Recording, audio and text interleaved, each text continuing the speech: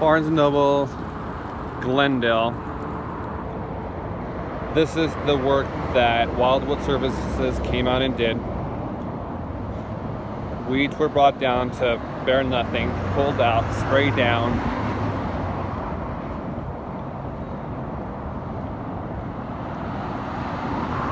Juniper was cut down, weeds pulled out.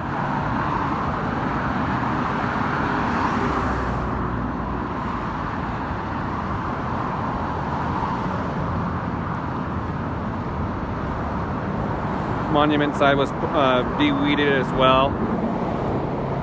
Juniper here was brought down to cut down as well. Weeds were so heavy it was actually able to choke down the actual juniper. Gonna walk over to the junipers and the other islands. Everything I'm showing you at the current moment, this is from Wildwood Services.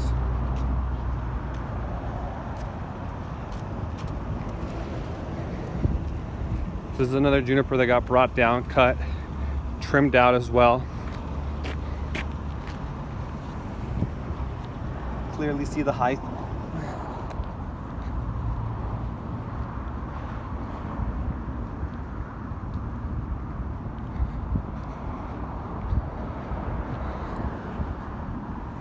These are two more islands that got brought down.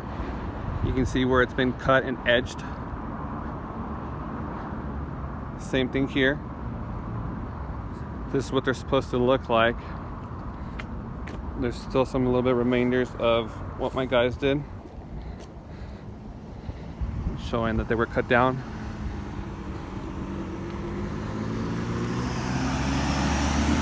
And this is what they look like when they're not given attention to.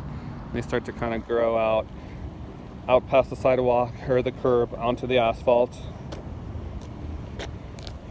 Here you can't even see the curb. Clearly see the height as well. And you can see the height of that one. That is the work that we did. Whoever came out here,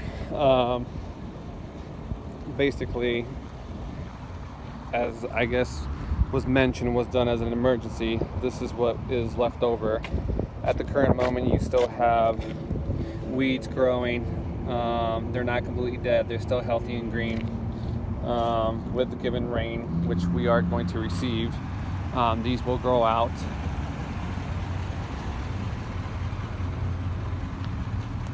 And we still have actual large weeds growing still at the moment. They're still healthy, alive, and everything.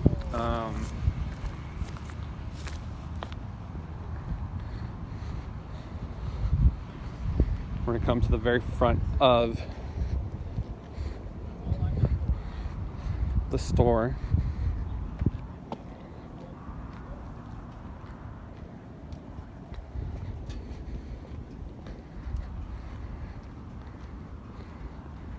So you can clearly see all the weeds still alive.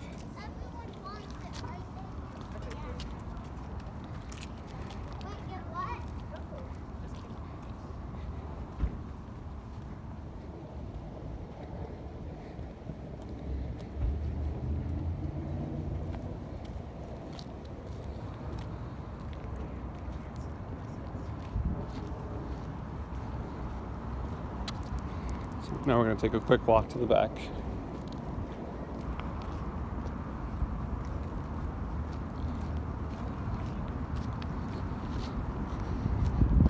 Given with weather, bright sun, and climate change to rain, all weeds will come back up. They're nice and healthy still. The mass majority is actually still intact to the point where they will start to seed out. And what that means is what got done previously a day or 2 days ago will come back up, and the same process will be needed to be done again. It's not the right procedure. Procedure is to basically pull all weeds down to the bare root.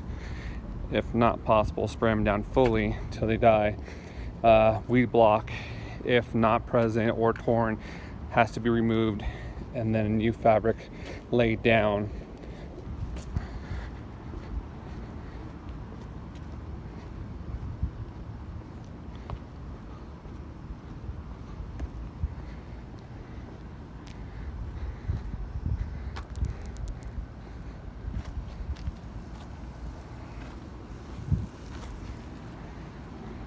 As you can tell, this hillside here, just the front of it was slightly touched, but you clearly have what seems like all the way over there 6 feet of weeds just literally growing all the way down there.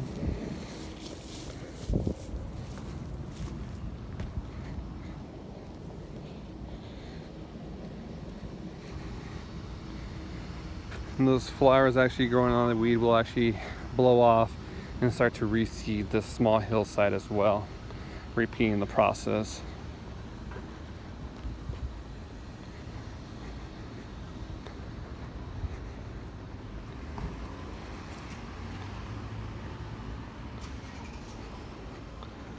So I have some weeds here as well.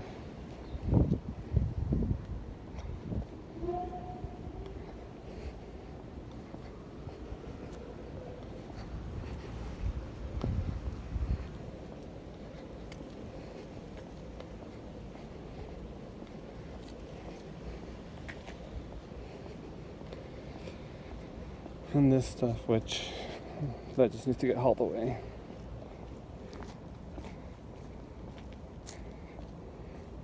Tree trunk.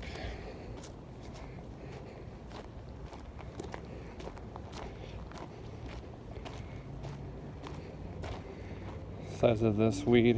This is a full-grown weed, flowering.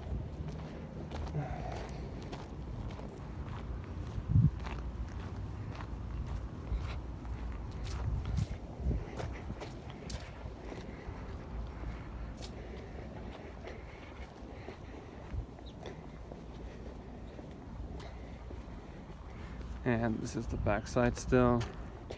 That clearly looks like it hasn't been touched.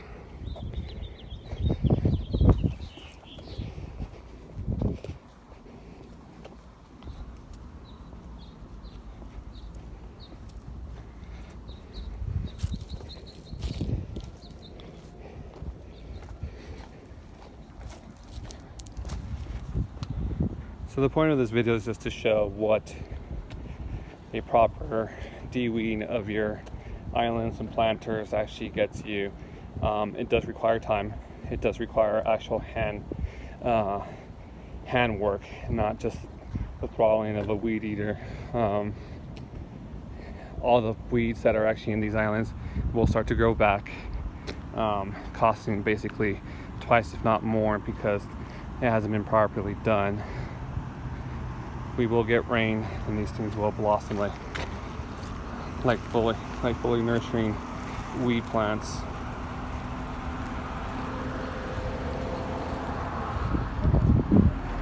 Actual maintenance is required, which is this actual startup for these actual planter areas and these islands, meaning brought down to zero, bare dirt, weed block if not in place or ripped.